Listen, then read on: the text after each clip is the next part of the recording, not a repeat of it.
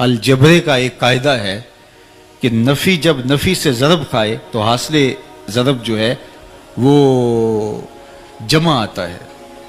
نفی جب نفی سے ضرب کھاتی ہے تو جواب جمع کی صورت میں برآمد ہوتا ہے. جو مرنے سے پہلے ہی اپنے آپ کو مار بیٹھے، اپنے آپ کو ختم کر بیٹھے، تو جب موت آئی تو ان کی موت کو موت آئی تو وہ عین حیات بن گئی. فَلَنُحْيِيَنَّهُ حَيَاتًا طَيِّبَةً. پھر سنیے، فطرت ہستی شہید آرزو رہتی نہ ہو، خوب تر پیکر کی اس کو جستجو رہتی نہ ہو. موت کو سمجھا ہے غافل اختتام زندگی، یہ ہے شام زندگی صبح دوام زندگی. تو یہ حقیقی زندگی ہے جس زندگی کا روپ اللہ تعالیٰ اپنے ان بندوں کو عطا فرماتا ہے.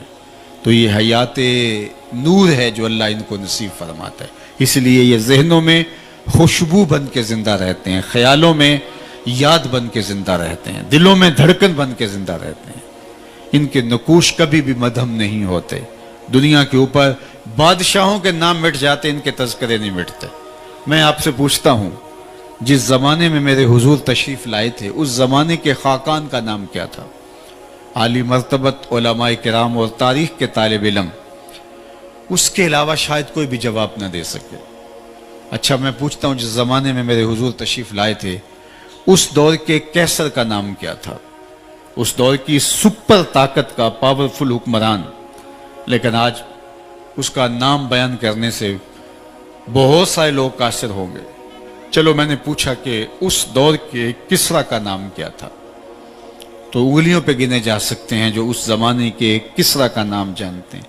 اس دور کی دوسری بڑی سپر طاقت کے حکمران کسرا ایران کا نام زمانہ نہیں جانتا، بلکہ 150 حکمران اس خاندان کے تخت نشین ہوئے. 3150 سال ان کا دور حکومت.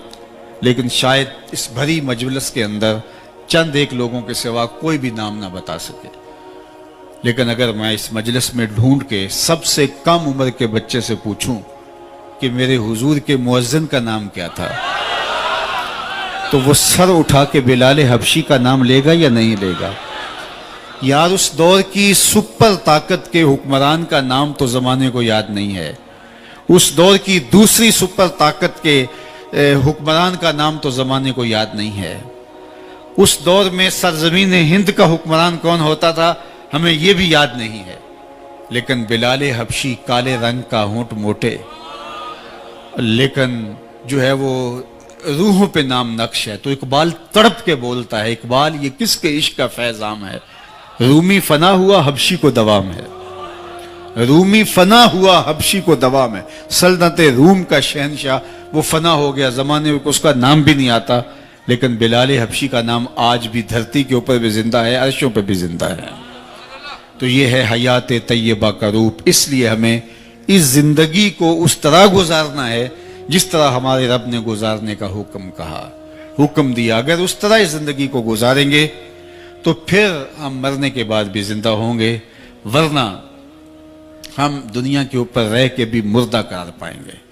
اور دوسرا، ہماری زندگی انسانوں کی زندگی نہیں ہوگی بلکہ حیوانوں سے بھی بدتر ہوگی. اولئک کالانعام بل ہم اضل. فرمایا یہ چوپایوں سے بھی بدتر ہیں. یعنی انسان ہیں، اشرف المخلوقات کہلاتے ہیں، ہوش و حواس، فہم و ادراک، بولنے کہنے کا سلیقہ سب موجود ہے، لیکن مقصد زندگی سے غافل ہونے کی وجہ سے چوپایوں سے بھی بدتر ہیں.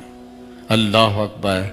یہ ہے اگر یہ اپنے مقصد کو نہیں پہچان سکتا. اولیاء اللہ نے اس دنیا کی زندگی میں آ کے اپنے مقصد کو پہچانا ہے اور پھر اس مقصد کی پہچان کے لیے اپنی زندگیاں لگا دی کہ بھٹکی ہوئی مخلوق کو اس مقصد پہ لایا جائے.